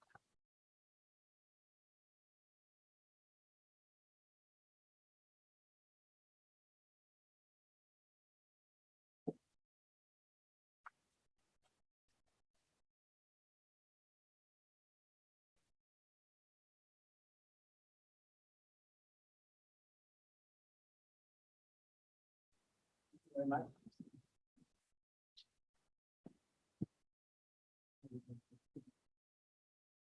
Yes, thank you so much. This is really a great honor for me, especially because the Bruno Tuschek Prize carries the name of Bruno Tuschek. And as was just mentioned, he was really a pioneer in particle accelerator physics and kind of started the whole field that I'm working in today. So we owe him all a debt of gratitude, at least those of us who work in the field. I'd like to just take a minute to congratulate my fellow finalists. It's been great getting to know them. I didn't know them before coming here, and it was a privilege to share the stage with them during the Young Investigator Awards and learn about their research. I also wanted to thank ISSNAF. It's really been kind of a fun experience for me. And it's, being a member of ISSNAF and getting to know other scientists that are in completely different disciplines through their many networking events. It's really kind of a fantastic society that you guys have started. So you should be proud of this, at least on a personal note. I'm sure other people share the same feelings. And then I would like to thank my mentors, first and foremost, my thesis advisor, Professor Claudio Pellegrini, who you've already heard of, has made really seminal contributions in the field, and was a great mentor to me, showing me what it means to be a scientist with great ambition and intellectual curiosity, but also remaining humble and just very approachable as a person, which is not, it's not commonplace. So he's quite a special man to have had as a mentor. And then Dr. Alberto Ludman and Professor Ago Marinelli, who at SLAC are currently working with me sort of on a daily basis. And then finally, last but not least, I wanted to thank my family, my American family for being here, my wife and my parents-in-law, and my Italian family for being back home in Bernalda and also in Milan. So thank you for the continued support.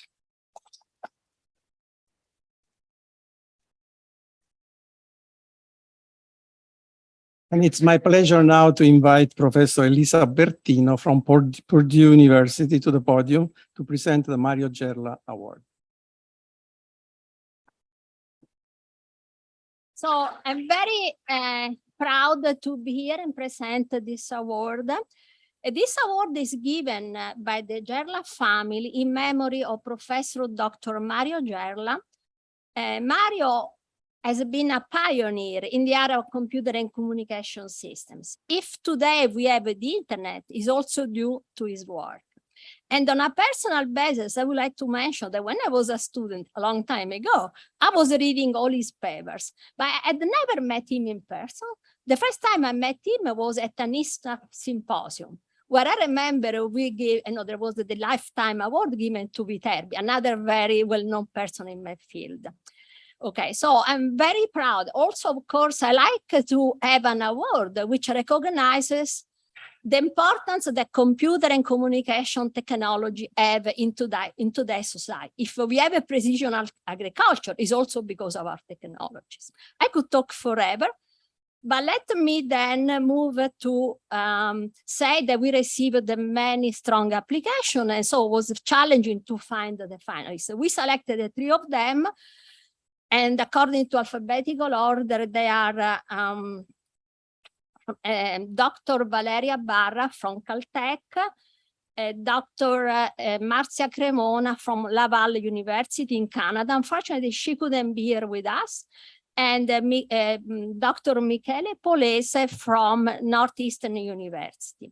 So now I think the most important moment is to say who is the winner. So I'm very pleased to announce that the winner is Dr.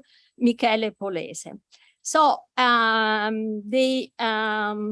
this award has been given to him because of his important contribution to manage a resource that perhaps may not be so known to you, but is also very scarce today, which is the spectrum through which we send all our wireless communication. This is very precious resource. And so we have scientists like Dr. Polese try to optimize the management of this very precious resource.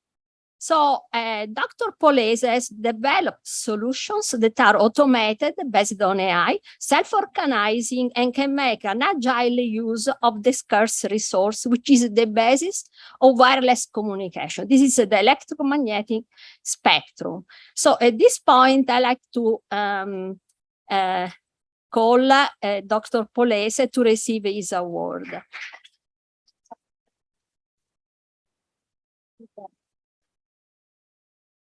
So, many congratulations, and perhaps you may want to, okay, let me.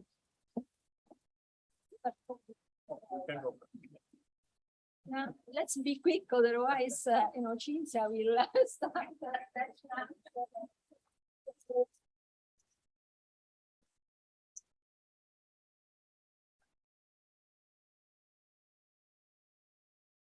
All right. Hi, everyone. I'm very happy to be here. And I really would like to thank ISSNAF, the Gerla family, and the jury for this award, but also for the opportunity to present my research a couple of weeks ago, together with Valeria and Marzia. And my research, as Elisa was saying, is on wireless networks, and spectrum is essential to wireless networks, but it's also essential to, for example, sensing. So most of the weather forecasts that you see on your phone today come from uses of this resource that you don't see that is over there. So I think it's a very defining resource of our society because of communication, because of the uses that you can do of this resource to fight climate change. So I'm really happy to be able to do research in this area. And I thank Tommaso Melody and Giuseppe Giornet, who have supported my application, and all my colleagues at Northeastern, in Italy, in Europe, throughout the US. My parents, who are hopefully watching, Stella Diego, are watching this on Zoom. And also my girlfriend was supported me by moving to Boston in this North American diaspora. Thank you.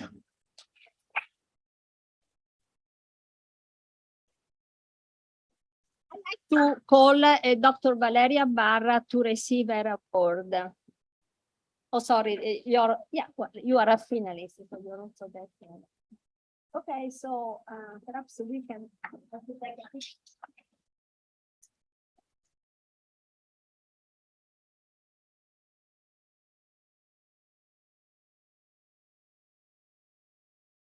Now I am very pleased to introduce Professor Dalla Favera, sorry, who will introduce the next Campese Award. Okay, so I have the honor and the pleasure to introduce eventually the winner of the ISSNAF 2022 Paola Campese Award for outstanding research in hematologic malignancies, which include leukemia, myeloma, and lymphoma. On behalf of ISSNAF, I want to express the gratitude to the Campese family who has supported this award since 2011. As for the other awards, out of quite an outstanding panel of candidates, a selection committee selected 3 finalists, and then a jury that was composed by myself, Professor Caligari Scapio, the president of the Italian Association for Cancer Research, and Simona Colla, who is an associate professor at University of Texas at MD Anderson Cancer Center. We selected the winner. The selection was based on a unanimous vote, and the selection, the winner out of the 3 finalists, I named the finalists, Dr. Giulia Biancon, Yale University School of Medicine, Dr. Anna Maria Gullà, Candiolo Cancer Institute, and Dr. Francesco Maura, who is an assistant professor at the University of Miami. And the winner, la vincitrice, is Dr. Giulia Biancon, again from Yale University, for her work on uncovering pathogenic RNA mechanism in splicing factor mutant hematologic malignancies. And for the lay audience, these are alterations in this cancer that are at the basis of development of these diseases. And for every disease, knowing the mechanism of development is essential as direct implication for cure. So outstanding work, and I call Giulia to the podium to receive the award.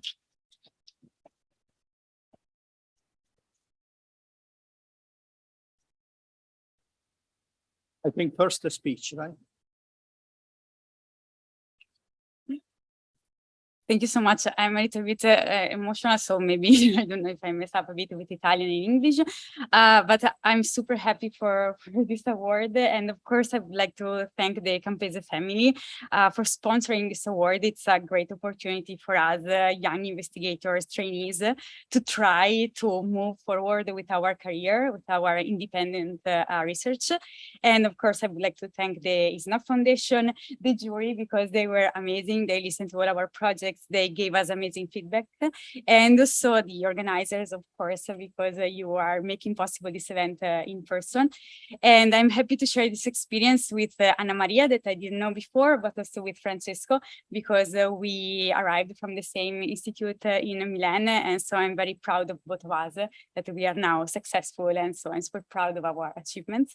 And then, of course, I would like to thank my mentors. They are just amazing. And in particular, Dr. Stephanie Helene. She's the reason why now I think that I can be a PI. And so I'm really thankful to her. And of course, my other mentors for the computational analysis, Dr. Toma Tebaldi, and also Dr. Carla Nagebauer, because she's a great support for me. And finally, on more a personal level, of course, I would like to thank my family. Also, they should be connected if they made it. Thanks to my brother, of course. And in fact, I specifically would like to thank my brother and my amazing cousins, because they always supported me. And of course, my friends, also my colleagues, my lab mates. I think that I'm a research scientist, that it's fun, but can be also hard. And when you have friends, you can cope with tough moments. And so thank you all. Thank you for the award.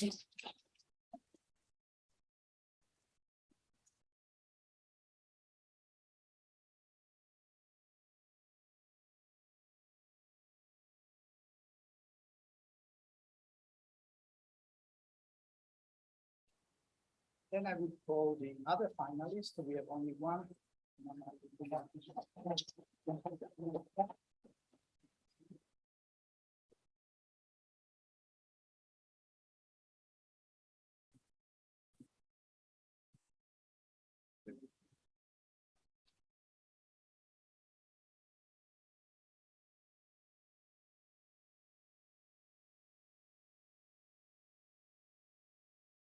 And then concluding this part of the ceremony, I would like to call to the podium, to be more organized.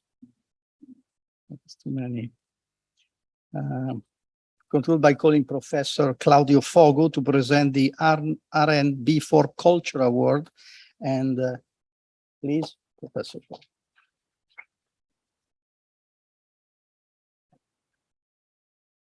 Thank you. It's a great honor presenting to you the R&B for Culture Award for Young Investigator. This award was established in 2021 by R&B for Culture, a dynamic startup that applies innovative art tech tools to the promotion and enhancement of Italy's historic and cultural heritage. So let me thank, first of all, our sponsor and founder and CEO, Dr. Fabrizio Renzi, who's here among us. Thank you, Fabrizio, for his continuous support of young Italian scholars working in North America.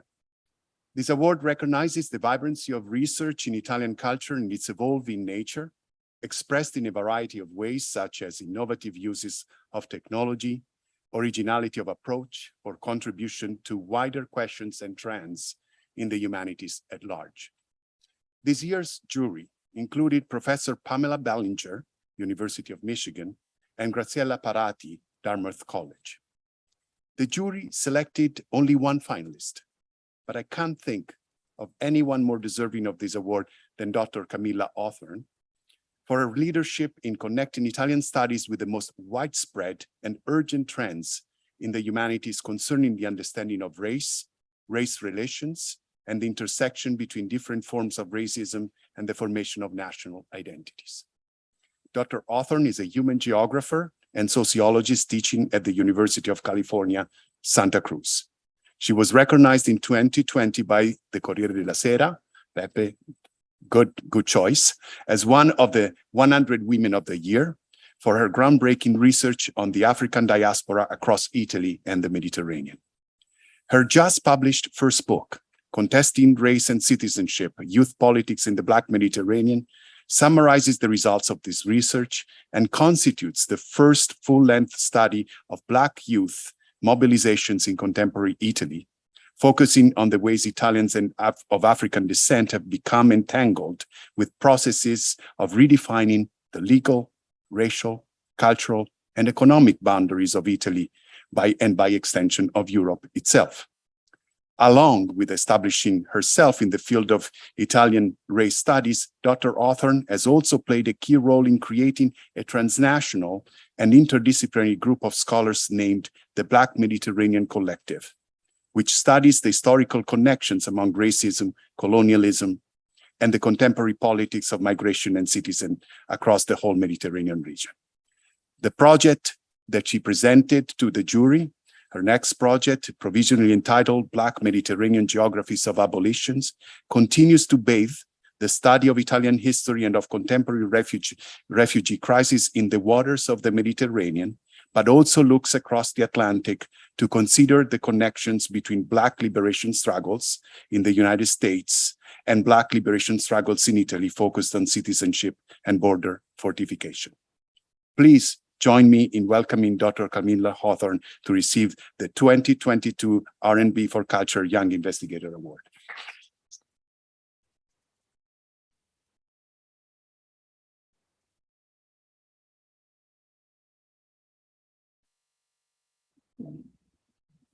I would like you to say a few words and then I will present you.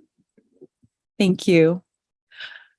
As a Black Italian and as a scholar whose work seeks to ask difficult questions about the very definition of what it means to be Italian today, it's very meaningful for me to be recognized by such a prominent Italian-American organization. And so I send my enormous thanks to the selection committee, to R&B for Culture, and to ISSNAF. And I want to dedicate my award to all of the Black Italians of African descent who today are mobilizing for citizenship and recognition, and who are fighting every day to hold Italy accountable to its colonial legacies. And I also want to dedicate my award to all those we have lost to racist violence in Italy, from Ahmed Ali Jama to Jerry Maslow, from Abba Giebre to Carolina Pagano, from Emmanuel Chidinamdi to Willie Montero to Alika Ogochukwu just this past summer. I encourage you to learn and honor all of their names. And yet the goal of my research has never been solely to calculate an inventory of Black suffering and death in Italy and the Mediterranean. Black Italians continue to create communities, forge new cultural forms, engage in radical resistance and struggle, and dream more free and just worlds. The Black diaspora in Italy has always exceeded suffering and violence. So perhaps naively and despite my deep pessimism of the intellect at this moment, I actually believe that we are in a time of incredible possibility. The outcome of this moment of interlocking global crises is neither fixed nor predetermined. We have the opportunity to prefigure a better world out of the ashes of the old through collective study and struggle, as we saw just earlier in the very powerful panel on water and food security. As such, the movements that are unfolding in Italy today have far-reaching implications. Italian studies need not be, and in fact is not, an insular discipline. And we can all learn from the study of the shifting meanings of this thing that we call Italian culture. Black Italian struggles for racial justice are crucial for understanding how to resist the forces of racism, of xenophobia, nativism, border violence, and precarity that are shaping our world today, underscoring the necessity of forging struggles among interconnected struggles for justice. As researchers and scholars from a broad range of fields, we all have an important role to play in imagining and creating a better world. Thank you.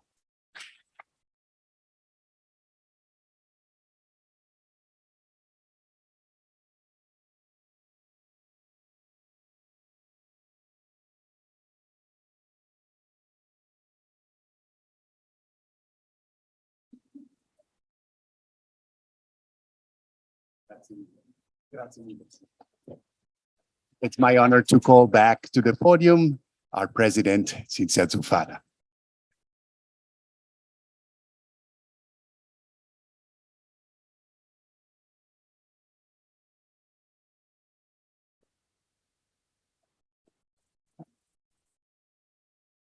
And now is the time for our Lifetime Achievement Award presentation. And Ambassador Zappia very graciously at the beginning of our event described this award. And so for the sake of time, I will not repeat her notes. We have a special person that we are involving for this presentation. and that he is one of our founders. As a matter of fact, the only female ISSNAF founder, Professor Rita Caldwell, who is herself, in addition to being a founder, a recipient of the Lifetime Achievement Award in 2018. So I will call Professor Caldwell to the podium.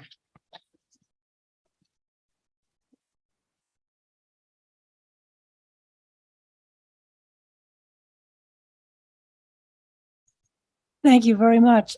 I can't resist, since Beppe in the panel was describing or asking what it means to be an Italian scientist. And so I'm a bit different in that I was born in the US, but I decided to find out, being a scientist, to have my DNA sequenced. And I'm proud to tell you, it's almost 100% Italian, with a little bit of Neanderthal, which I think proves that the history of Italy goes way back in human beginnings. And so it's wonderful to be an Italian scientist. And today, it's a great honor, my honor, to recognize Professor Giulia Galli for her pioneering work in computation of electronic structure of materials. Professor Giulia Galli was born in Modena and graduated in physics from the University of Modena.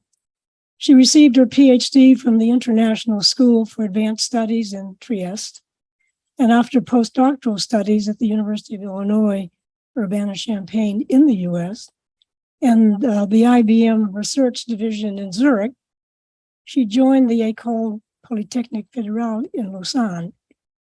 Her career then took her to Lawrence Livermore National Laboratory, where she founded the Quantum Simulations Group. She joined the University of California at Davis as a professor of chemistry in 2005, and then in 2014, she moved to a newly founded Institute for Molecular Engineering, now the Pritzker School of Molecular Engineering at the University of Chicago. She is the Liu Family Professor of Electronic Structure and Simulation at the University of Chicago. Now, Professor Galli is an internationally recognized leader in the field of computational materials science. Her research has had an impact across several fields that involve carbon-based materials and quantum dots. It also includes semiconductor surfaces and interfaces, and more recently, work that is involved in materials that are important for sustainability. For example, solar cells, electrocatalysts, and quantum information science, an amazing broad reach in her research. And her research addresses fundamental mechanisms at the atomic molecular level. But she also keeps an eye always on the broader relevance and the societal impact of her research. And throughout her career, Professor Galli has maintained strong connections with Italy through the scientific collaborations she's made. And her technical leadership was recently recognized by an invitation to join the scientific board of the Italian Institute of Technology. There's no question that Professor Galli's stature in her field is very well established. She's a fellow of the American Physical Society, an elected member of the National Academy of Science, the American Academy of Arts and Sciences, and the International Academy of Quantum Molecular Science. Clearly, she's a leader. She is director of the Midwest Integrated Center for Computational Materials. That's a very large DOE-funded consortium. And she's a member of the International Center for Theoretical Physics Scientific Council. To conclude, Professor Galli has been awarded many prizes for her breakthrough discoveries, the advances she's made in the field of electronic structure of materials.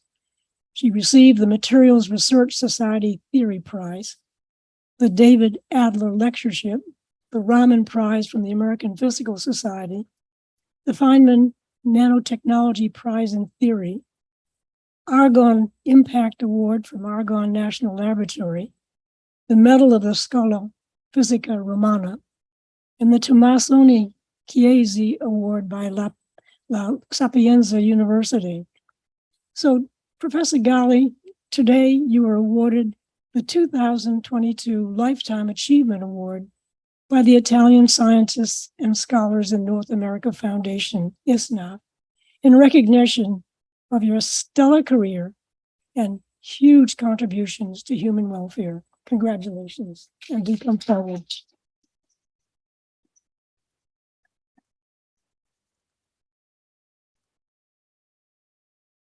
Yeah.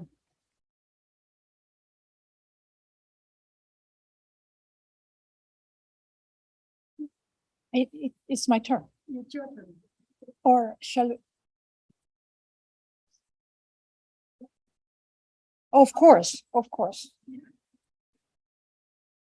I think we'll go up on. Oh, here? We need to get organized. We need to get organized.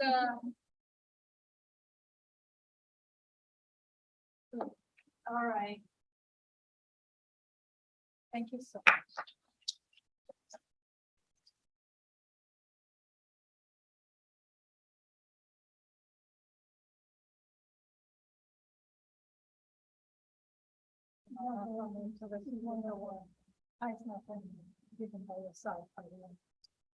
Okay, so this, can I give this to you? All right. Buonasera. Good evening to all of you, and it's an honor, of course, to be here today, and a real pleasure. And I am humbled to receive the ISSNAF Life Achievement Award. And it really feels special to receive an award as an Italian scientist bestowed on me by Italian friends and colleagues. It feels really special. And, you know, from what Rita just told you, you may think that the scientific achievement that were eventually deemed worthy of the ISSNAF Award actually have been obtained in the United States. And in a way, this is true. The opportunity that I had in this country are truly, truly outstanding. However, the very basis of these achievements, the prerequisites for this achievement and all the pieces of the puzzles do come from Italy. And they're still connected very much to Italy. And, you know, during discussions, when I interject as if it weren't obvious, you know, I'm Italian. Usually I get back, yes, very Italian. And, you know, this answer makes me cheerful and happy because it makes me see that the person I'm talking to understood right away who I am, recognized right away who I am. I also hope that in my Italian way, I have been able and I'm still able to serve as a bridge between the two cultures and the two countries. So let me tell you a little bit about my story. Rita already told you a little bit, and then we'll talk a little bit about science, not too much, a little bit about science. So I come from a very privileged background, not because my family is or was wealthy, and not because I come from an academic lineage, but because from day one, my family told me that education is foundational and critical in life. That's what my parents instilled in myself and my sister from day one. And, you know, I didn't appreciate right away how important this is. It was a privilege to be brought up like that. And I appreciate it even more today when, you know, education is increasingly expensive, especially in this country. Not everybody has access to education. And in our daily life, we are often, you know, flooded by, you know, misinformation and ignorance, you know, like misinformation on climate change. We just talked about this.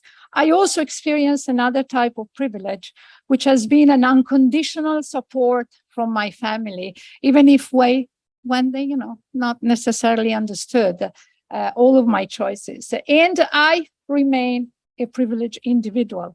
And I want to quote one of my favorite books. And this is The Periodic Table by Primo Levi. And in the book, among, you know, many other things, he writes, loving your work, a privilege that few people know, is the best approximation to happiness on earth. Incidentally, this book was one of the first gifts of my boyfriend, now husband of 30 years. You know, I'm not sure that loving your work is the best approximation to happiness, but is one of the best approximation. And I'm certainly part of the lucky individuals who have experienced that kind of satisfaction over their career. I do not want to give you, though, the impression that everything came easy to me. I worked very hard. I worked very hard, held my family by my husband. I took risks, some with happy endings, some with less happy outcomes. And, you know, I experienced disappointment, some burning one, but overall, I got to do and enjoy what I like. So as Rita told you, I graduated with a laureate in physics from my hometown in Modena in 1982. And then I went to Trieste for my PhD. And it was in Trieste that my provincial and cocoon world opened up to the international community. There are many international students, and there were many international visitors. So I was exposed for the first time during my PhD year, can you believe it, to a culture different from the one that I was, to the one where I grew up into. And, you know, it is there that I was first exposed to quantum simulations of materials. Study of materials atom by atom. I'll get back to that in a minute. Just hold that thought. Following my graduation in 1987, I spent 2 years in Urbana-Champaign. They have a fantastic, a little bit intimidating physics department. And I still clearly remember when I arrived in Urbana-Champaign. I arrived and I thought that I could speak English. So I get there and nobody understands me. And I do not understand anybody. I said, oops, maybe I don't speak English. But, you know, I did learn the language, even if, you know, even today, my 2 kids make fun of me regularly because I don't have the H's, the letter H's in the right place, right? But I am talking to an audience mostly of Italians, so today I'm okay, I guess. And so from Urbana, I moved back to Europe. I wanted to work for IBM Research in Zurich, and where I thought I would have a stable job. I got there, and a few months after getting there, I discovered that they gave the job to somebody else. Definitely a bump in the road, but the stay in Zurich was very eventful for me. I met my husband, and we moved together to EPFL, to the Swiss Institute of Technology in Lausanne. And Lausanne is a very, very special place to me. Our 2 kids were born there. While in Lausanne, almost 25 years ago, we were recruited by the Lawrence Livermore Lab in California, where I had the opportunity of set up a brand new group. The quantum simulation group. It still exists. They're doing well. And I'm really very, very proud of that. And it's there that my independent career really took off. And in spite of the support and really the environment at Livermore, I decided that for me, my way of doing research were better suited to an academic environment. So I left the lab and I went first to the University of California, Davis, and then I went to Chicago, where I am now. And it's really hard to overstate for me the scientific excitement of the years spent in Chicago. The scientific environment that the university provides is absolutely amazing. And and also we have built a new institute. We are going towards new fields like quantum technologies. It's just an amazing environment. So don't believe that it's an idyllic world, right? There are no idyllic worlds. You know, there are bad days. Sometimes there are colleagues, bother you. But what I'm trying to say is that on average, I look forward to every morning and I'm never, ever worried about being bored. And this is fantastic. So what do I do in Chicago? So my father, when he was alive, often used to ask me, ma cosa fai tutto il giorno? What are you doing all day long? And, secretly for many years, he thought I didn't have a real job. And so, he was inquiring, are you doing anything? Or, are you thinking or something? So in Chicago, I have a group of about 25 people and students and postdocs working at chemistry, physics, and material science problem. And I must say, one of the many perks of being a professor is really to interact daily with young people. to be able to, evolve and change with them.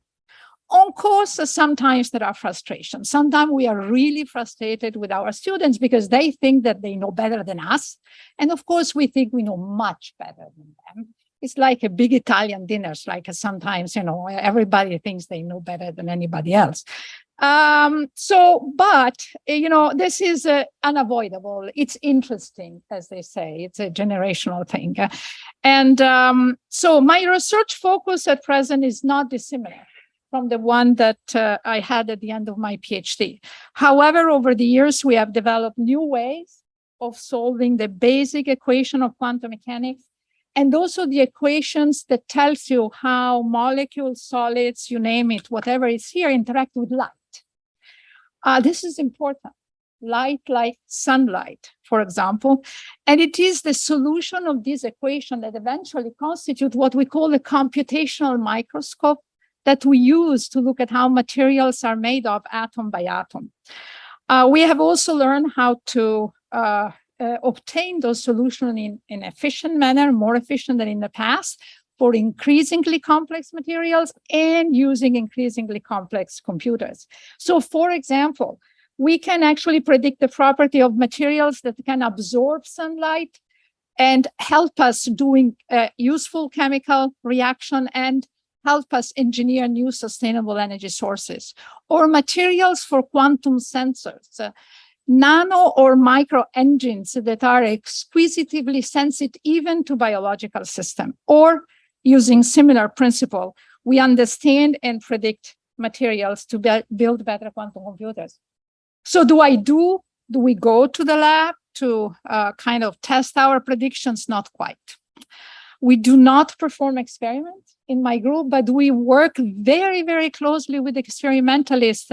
And these collaborations are of the uttermost importance, really, to have meaningful results.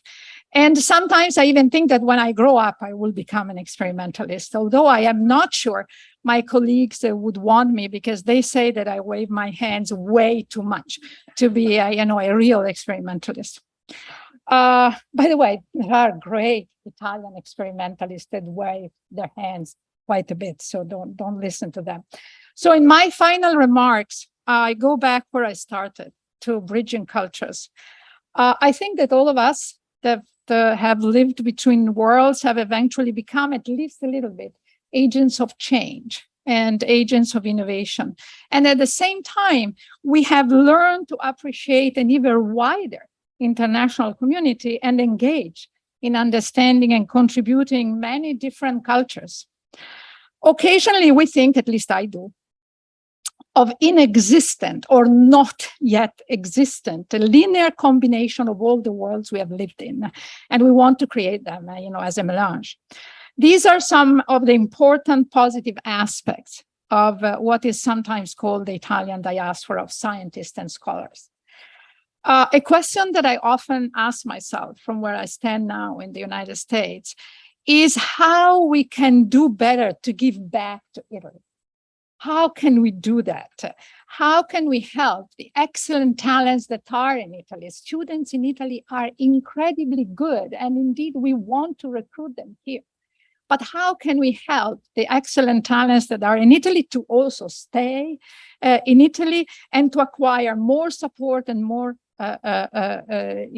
recognition in their own country? And of course, an organization like ISSNAF is a great launching pad for that. And I hope that I can contribute together with ISSNAF in the future to think about even more concerted efforts. I'll leave you with this question and thought about Italy. I would like to thank ISSNAF again, the nominating committee, the sponsor, and all of you for being here tonight and for listening to me. And it's really a great honor to have been able to speak to you tonight. Thank you very much.